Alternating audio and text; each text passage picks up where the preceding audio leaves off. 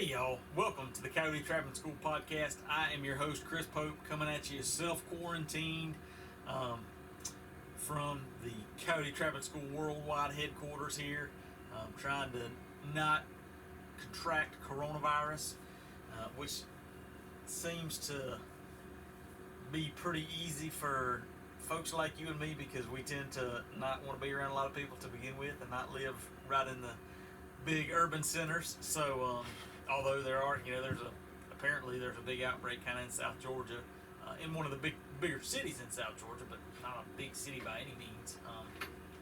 But I don't know, it's pretty incredible and different times. Not really anything that I ever expected to kind of go through, and I assume y'all have kind of the same experience. We kind of had a little bit of pandemonium, initially as people made runs at the stores on stuff, and then everything's kind of leveled out. But a lot of people being at home, schools being shut down, and folks working from home and trying to minimize getting out as much as possible. Restaurants and things closed down except for drive-throughs. It's different for sure, and honestly, something I hope we don't have to go through again, because it's a big strain all the way around. But hopefully you're weathering the storm and either getting some of your fur put up, taking this chance to chase some turkeys or do a little fishing. Me and Chief got after some fish today, and so we've been having us a big time trying to make the best of the situation. But of course, we want to thank our sponsors, Koch Bros Lures. It's spring trapping season for some of y'all, spring beaver season, muskrat season, and for some of us it's predator control time or coyote control time, as the fawning and nesting seasons are fastly approaching. And so whether you need traps, bait and lure, any kind of supplies, be sure to check out Koch Bros Lures, kochbros.com, KAATZ, to get to hook up on all of any supplies that you need. I don't know how the coronavirus is impacting them as well, but at least before any other time when I've placed orders with them, it's always been really quick shipping, really quick turnaround, and really great people to deal with. So if you do need some trapping equipment, or as I'm getting ready to ship, I need to touch base with Kyle. I've got some skunk essence, mainly for my Texas trapping trip, if you followed along, but also a little bit around here. And then I got some beaver casters hanging up drying, and I need to get that stuff sent off and go ahead and get my swap that out for some of my bait and lure for next year to go ahead and be ready, and for whatever may come up this summer, which is kind of leads me into our next topic. And so I thought it might be kind of appropriate. I've been getting some questions, and I've got a lot of questions over time as I've done this, as I've put the podcast and then videos out, and I guess kind of put myself out there as a more prominent trapping figure. I've had folks asking about different aspects of nuisance trapping. A lot of questions around pricing and how to price. But so I figured it might be helpful to do kind of a series, do a series about. My ideal title is a little bit long, but so you want to be a nuisance trapper. That's kind of the title. I get that. I bought years ago when I was in high school. I was doing a little article writing, and getting published, and there was an episode of Bow Hunter magazine. I'm almost positive it was, and just one of the little headlines down at the bottom right corner said, "So you want to be an outdoor writer?" That was all I needed. I bought that copy. I don't remember what it said now, but it got me hooked, and so that's kind of what I was thinking for this series. I'll find some way to shorten it up a little bit. But so you want to be a nuisance trapper, and so from that, I hope that this may answer some questions and give you just some ideas, some thoughts on things to think about and consider if you are interested in or starting or have already started a nuisance trapping business, sideline, whatever it may be. So we'll have several episodes. Probably the next two episodes will be an interview with Kyle Waltz. So he puts out the Wildlife Control podcast, and he is also a pretty successful and prominent businessman, entrepreneur, trap, nuisance business. I don't even know what I'm trying to say here. He has started, grown, built, and even sold portions of his nuisance trapping business, nuisance wildlife business, and really grown in multiple states, multiple locations. And he was nice enough. I reached out to him just from listening to his podcast, the Wildlife Control podcast, and he puts out a lot of really valuable information from somebody that's been there, done it, and is currently doing it. And so I just reached out and told him I appreciated what he was doing, and asked if he'd be willing to interview. I know, as you know, when podcasts get started, it's slow to gain that subscribership and those regular listeners.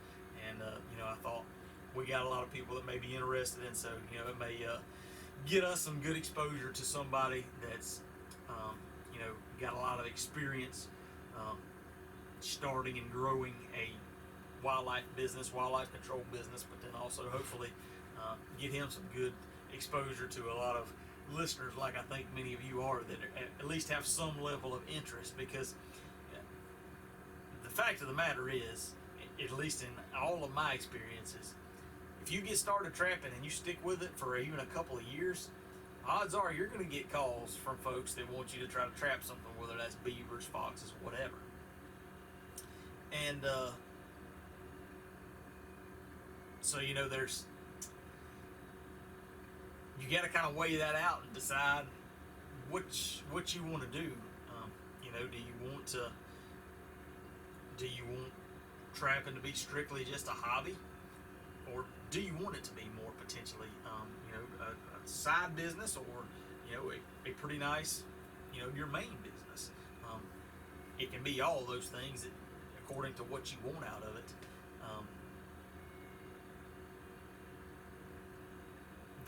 The catch with starting off anything is, especially as a new trapper, when you get one of those opportunities presented to you, you get in a kind of in a bind, in a conundrum of not really feeling totally confident in your trapping abilities yet, because you're just getting started. But at the same time, you need every opportunity, to gain permission or whatever. And so, it's definitely something. And then, realistically, from the fur market standpoint, I mean, having something that can pay for some of the cost of your, I guess having something that can actually pay you for your time and your trapping versus, just hoping to cover some gas money or, a little bit of expenses with fur is definitely something to consider too. And so, but I mean, it's something you're going to be faced with at some point if you stick with trapping. And so, you got to decide, and you don't have to decide. You can decide at any time, obviously, but, is that something that you would want to potentially grow or transition into a business owner is what you're looking at. That's not something that any of us trappers really probably thought about when we got into trapping, but it is an opportunity that presents itself, and there have been a lot of trappers that have done really well, probably a lot in some cases done better than they would have done if they hadn't started or pursued or continued to pursue their nuisance line. So, and there's obviously tons of different opportunities. So, as folks that want to keep it as a hobby, I do feel like it's important that landowners understand that fur ain't paying the bills. When a landowner calls you and says, "Hey, I need you to come catch these coyotes or catch these beavers or whatever," a lot of people may still be under the assumption that you're going to make money off that fur, and so that's a good deal for you if I let you come trap my beavers, when in reality, it's costing us money most of the time. Um, I do like to try to point that out um, to landowners whenever possible. That look, fur market ain't what it used to be, and whether that's just for their knowledge, and to hope that maybe they'll pass along more opportunities to you as they talk in their circle of folks, or whether that may be able to provide you some kind of agreement to gain hunting land. I know I've read plenty of articles and things with folks doing that and just swapping out trapping for hunting, or whether that is setting the stage for doing a paid job. And there's definitely opportunities to continue it as kind of a hobby, but also get paid. Keep it as a kind of a sideline business. There's definitely some benefits to running it as a business, regardless of how big or small you may want to make it or keep it. And you definitely have the potential to, like I said, make trapping pay for you, and then you also got you can write off your equipment expenses, buy more equipment. The general things that wind up costing us as trappers money. When you start getting paid, you can use some of that stuff to kind of lower your taxable income if you're at that point where your trapping is more than covering your expenses, which is what we all hope to be if you're in any way trying to make this a business. But there's definitely some cons to running a business. As trappers, a lot of times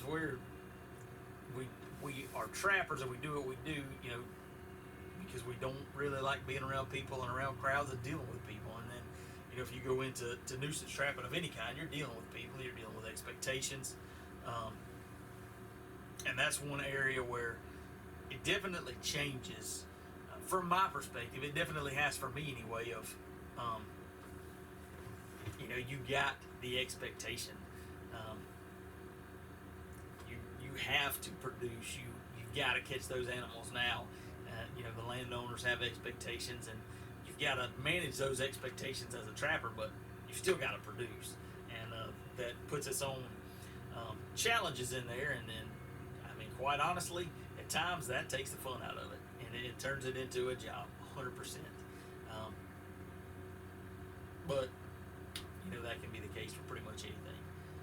So you got to deal with people, you got to deal with expectations, and you got to deal with taxes, contracts, liability, invoices.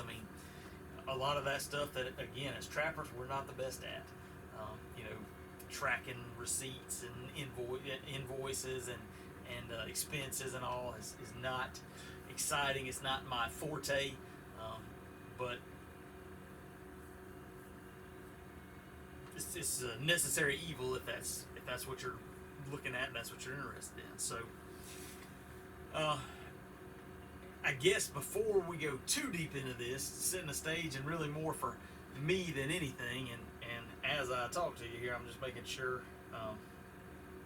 as a on-call nuisance trapper with a hog trap, I want to make sure I don't have any hogs in the trap where I need to catch them. But I am not a professional trapper or a full-time trapper. I don't currently run my own full-time anyway nuisance trapping business. I am working towards that, and I've made over the last 2 years. This year especially, I definitely feel like I've made some good strides. I know I have.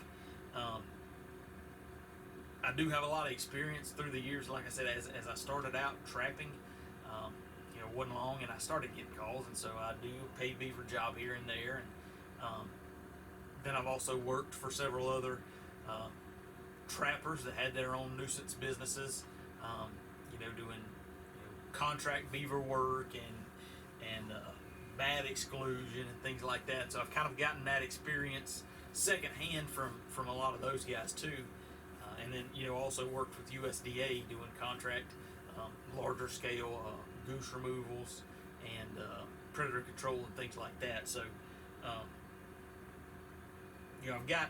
I've got that experience just through the years, kind of come along experience, and then really in 2018 is when I really started to I guess put a serious effort into growing my nuisance trapping business. It's something that it kind of has always been my dream, honestly. Ever since I got into trapping when I was in college, I want to own my own nuisance business. And truthfully, I wished I would have taken advantage of some of the time that I had in college when I was living in a very well populated town, because I think there was a lot of potential at that time, even for a college kid, to really get a foot in the door and grow a customer base as you are in an area for 4 years anyway. So looking back, I kind of kicked myself for not having done that, because I think I might could have transitioned right out of college and into at least a business that would have supported myself. But then, I didn't. I had other jobs and moved around, and so really once we got back here and got settled in, and knew this is where we wanted to be. This is back, close. This is home for my wife and I and my family, and so that's kind of what I've waited for through the years to try to make this give a go at my nuisance business. So in 2018, things had kind of settled down after moving, and we decided now was the time to try to grow this. And so it definitely does take time. It takes time to get your name out there, and a lot of word of mouth, but different marketing opportunities come up, and just getting things set up to where you can do business. And so definitely got the ball rolling in 2018. I wouldn't have wanted to had to live off of the income that I generated in 2018, but we just finished just had my taxes done for 2019, and the thing I like about having a tax person now, a lot of years that I did my taxes myself through online programs and whatnot, but my accountant now, she shows me the last year's comparison, this year's comparison, and we talked through it. And one of the things that jumped out at me when she showed me my 2019 tax information is that my business revenue, which is what I brought in, not necessarily what I made, but what I brought, the cash, the money that I brought in, doubled from 2018 to 2019. And then as we sit here about to end the first quarter of 2020, I'm on pace. Who knows what this whole coronavirus situation is going to do, but I am on pace to double my 2019 revenue. And that's with not really doing a whole lot of additional marketing or things like that. So, if I can at the very least continue to double over the next 2 years, I can very realistically be sitting in a position of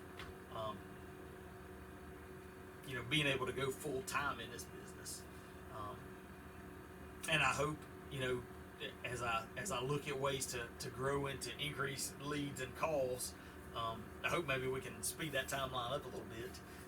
And that's some of the stuff that I want to talk through here too, is opportunities. As you put yourself out there as a business, you're going to start getting all kinds of calls from folks that want to help you marketing, especially online. And so, I think some of those are worthwhile. Some of those have worked out well for me.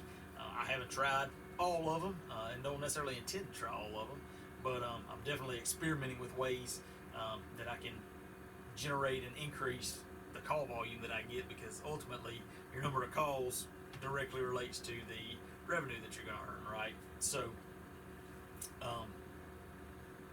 so I guess I say all that to say, I try to be upfront with y'all all the time, and I don't consider myself an expert in anything.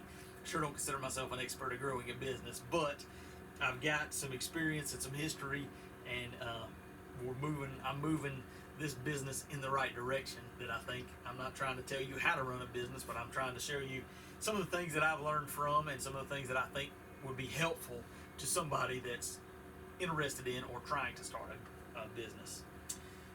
So, one of the initial first questions that you've got to ask yourself, if you're interested in this, truly interested in starting a nuisance business is, can your area support it? Again, with us trappers, we're not really the type. We're not really subdivision material, and homeowner association material. I speak for myself for sure, and I think I speak for a lot of y'all too. We like to have a little space to spread out and get away from the neighbors, and hang our furs up in the yard and do what we want to do, uninhibited by prying eyes and what other folks may think. That being the case, in order to really grow a successful business, you got to have access to people. More people the better when you're talking about people that are having conflict with wildlife, because that's the business we're in, right? And so I would imagine for a lot of us, especially east of the Mississippi, a lot of us are probably within an hour drive of a big city, or maybe a couple. And so, I'd say that's crucial, and I'll go into some of this stuff in later episodes, but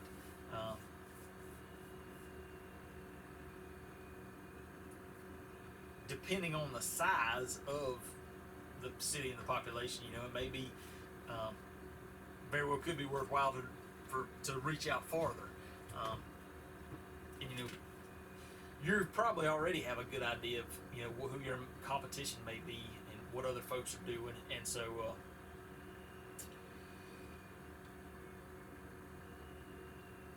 that's just something right off the bat to think of. Is are you realistically in an area that could support you full time, with the population that's around you. Now, that being said, you don't have to have a large population depending on kind of the work that you're interested in. So a lot of us as trappers, we like being on the trap line, and so coyote work, beaver work, hog trapping, those kind of things tend to lend themselves better to more rural areas. The problem there is, the problem that I have found anyway, is that can be a tough market to get into. One, you have to have landowners that see a value and are willing to pay, to have those services provided. In my experience, it's tough to find landowners that are willing to pay, and especially willing to pay what it would take to make it worthwhile for a trapper, a full-time trapper. That's special areas of the country, special parts of the country, and you got folks like, Clint Locklear that built a business around, traveling and, go into different states to service, clients, because the clients that are willing and able to pay that premium that a full-time trapper would need are few and far between. So there's options there, but speaking for myself with a family, I don't want to be traveling. I don't want to go. I'm good for traveling 3 weeks and going on a once in a lifetime or a pretty awesome trapping trip, but I don't want to be traveling every other week or anything like that. So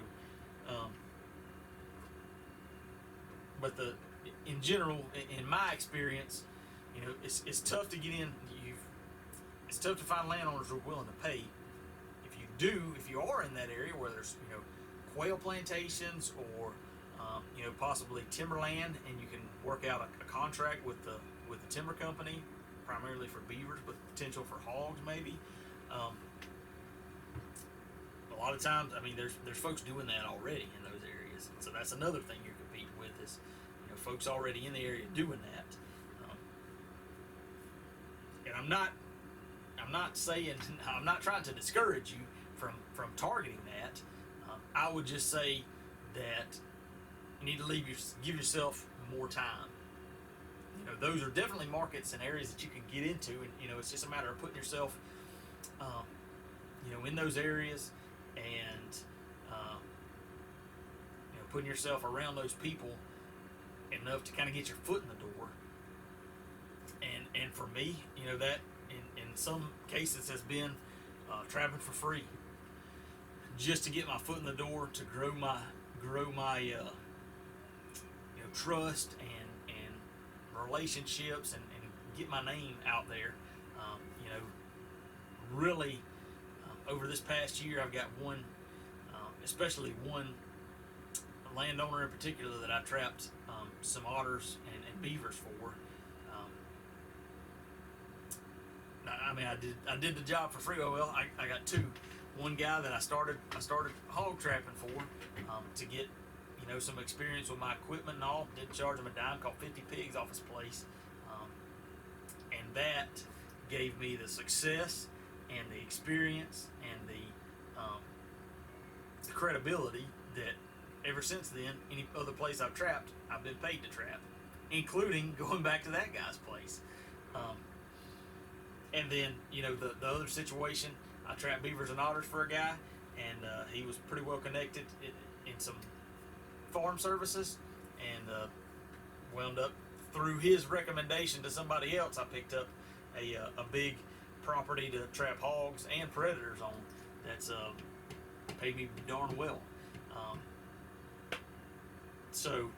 But that's been, we've been here now 4 years, so that's probably at least 3 trapping seasons worth of kind of free trapping, which I'm going to trap during trapping season regardless, right? But that's been me kind of building that, building my reputation, I guess is the easiest way to say it. And so,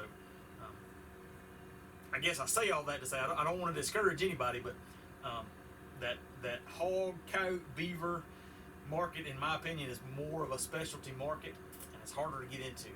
And so you really got to be playing the long game there to try to get into that.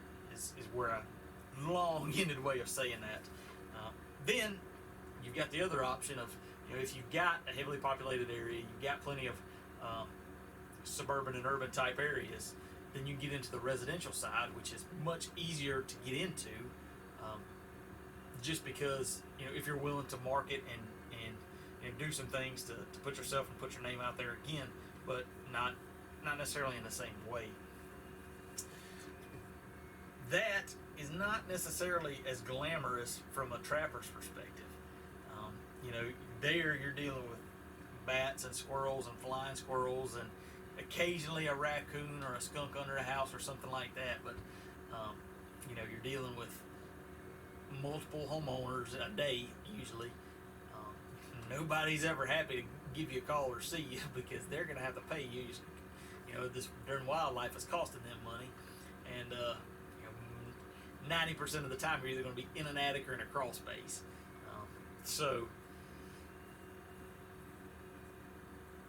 And truly, that is way less trapper than you are just a handyman. Because you're, again, in my experience, your money there is not in the trapping, but in the exclusion services and the repair work. So, and you see that with some of the big companies. That I've seen some companies, some of the bigger companies that offer free trapping services if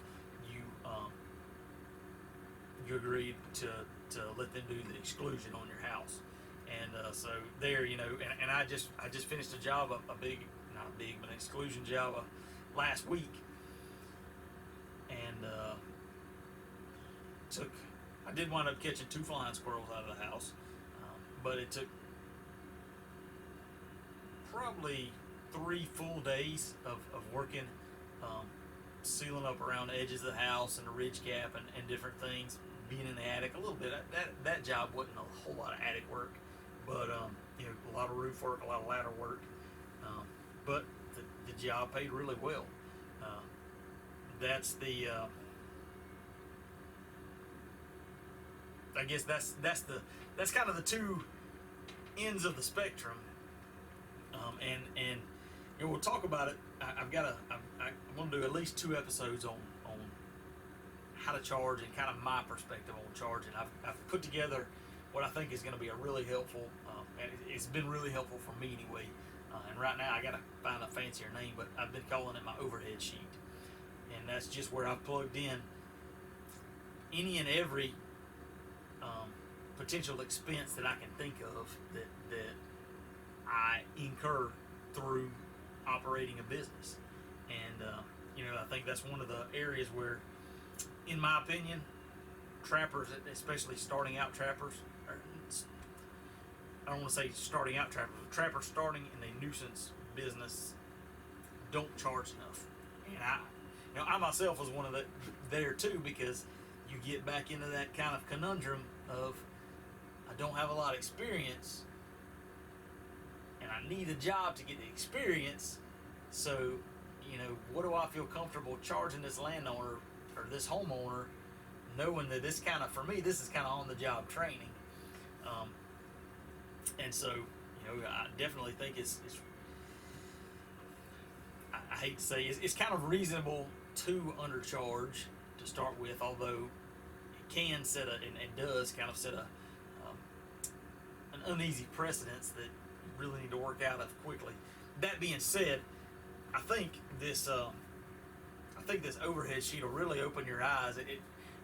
It really opened my eyes into thinking and really nitpicking and thinking about all the stuff that really does go into running a business. And one of the things that sometimes we as trappers think about, or once you start getting into business, is you may be able to win jobs because you don't have to charge as much as one of the bigger companies. But you don't want that difference to be huge, because you don't.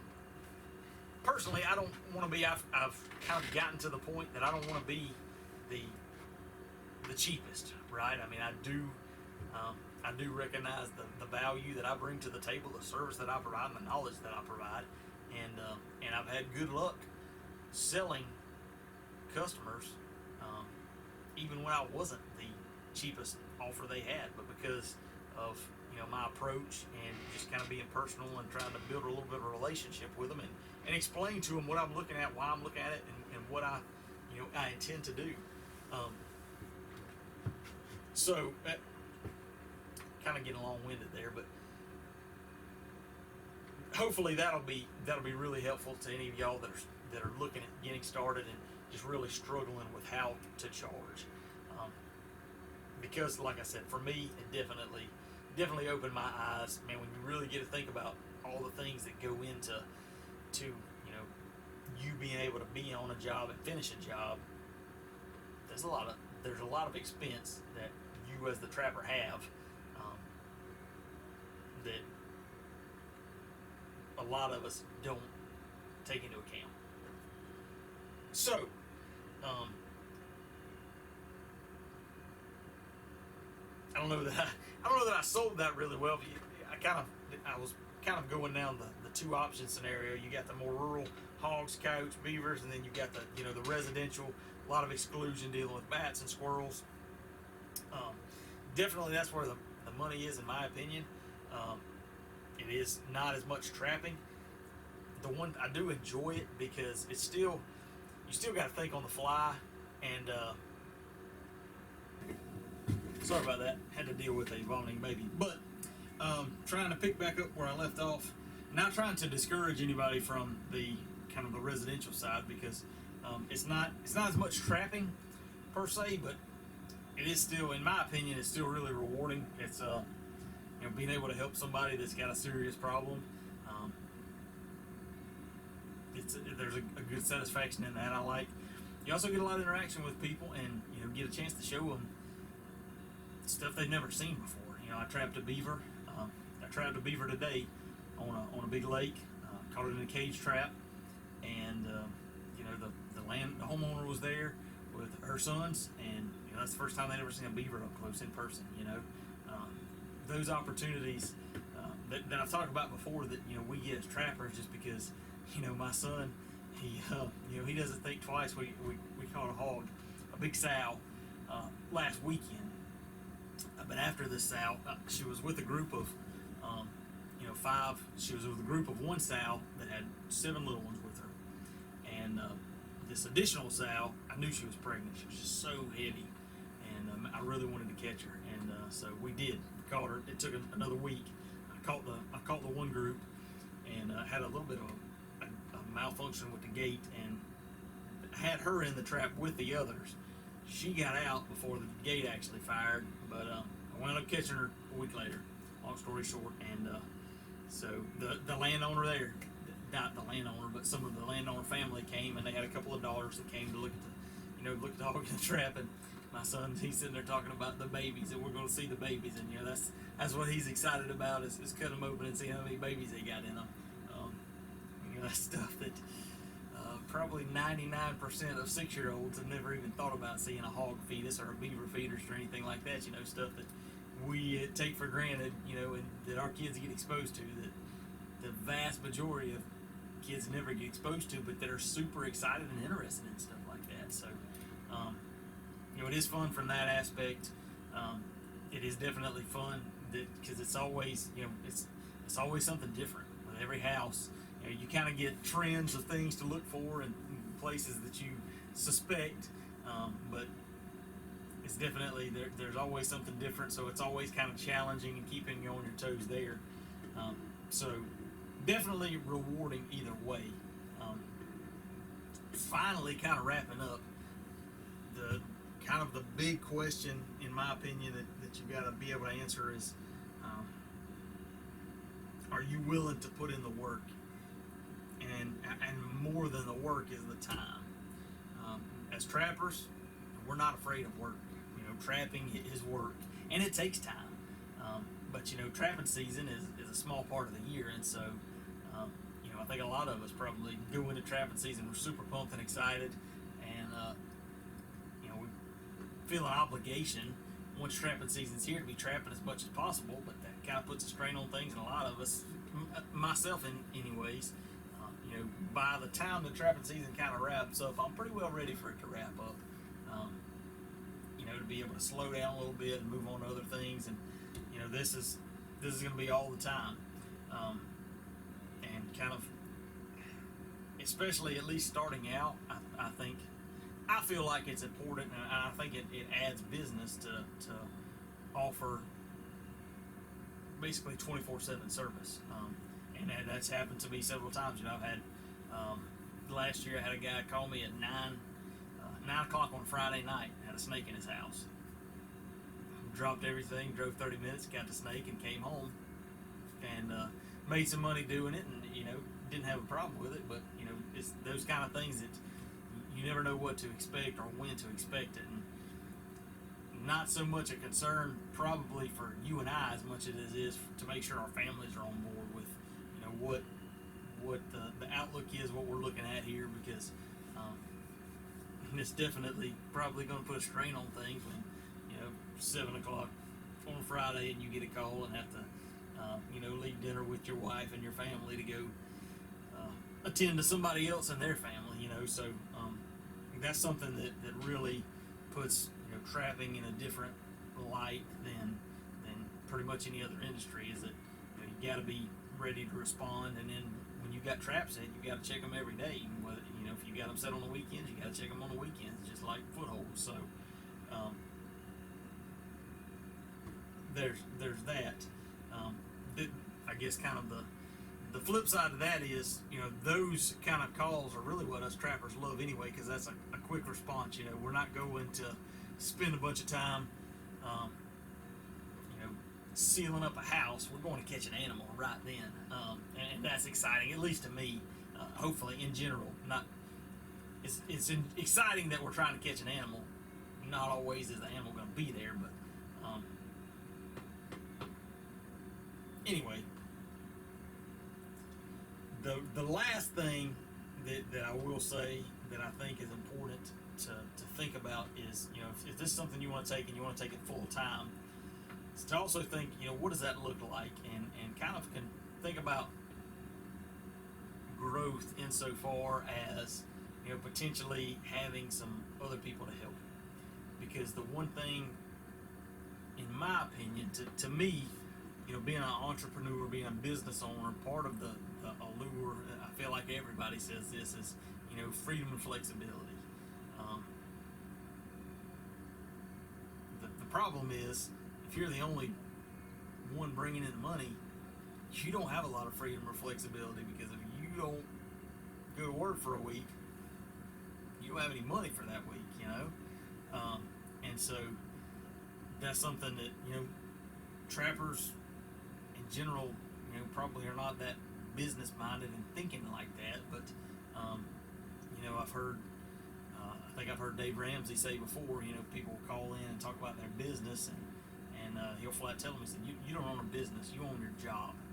You know, if your business is solely centered around you and what you can do and what you can produce, you don't own a business, you own your job. If you own a business, then you can step away as a business owner. You should be able to step away from that and everything continue to run without missing a beat. And I mean, you know, that's the ideal scenario. That's where you get the freedom and flexibility as a business owner. That, you know what, I want to go to Texas trapping for 3 weeks, but I don't have to worry about, you know, where my money's going to come from, because I've got employees or an employee in place to cover the work while I'm gone. So I'm still making money at home, and, you know, maybe I've worked it out to make a little money while I'm out there as well. So just, I do think that's important to kind of be proactive in thinking about too. So I hope this has all been beneficial. I felt kind of like I rambled a little bit, but we're going to narrow the focus and get real specific. Like I said, the next couple of episodes are going to be an interview with you know, kind of delving deep into some of these business aspects. And then I'll get into a couple of pricing episodes, talking specifically about pricing. And then maybe we'll have an interview with kind of somebody that is in the trenches, just like me, starting a nuisance business, and where they're struggling and where they're succeeding. So I hope this is useful and exciting and informative to y'all, and something that you are interested in. And you know, let me know. Leave me a comment, shoot me an email, and let me know if so, or if you've got some other ideas of things that you'd like me to cover. I'm definitely open for that too. You know, I'm trying to get more out ahead of having these episodes scheduled ahead, and so, you know, I don't fall behind or fall into cracks and miss things. So if you got some ideas or thoughts, man, send them to me, Chris, Kris at CoyoteTrappingSchool.com, and I'd love to chat with you and take a look about it. So anyway, y'all stay safe, stay healthy, and we will catch you next time.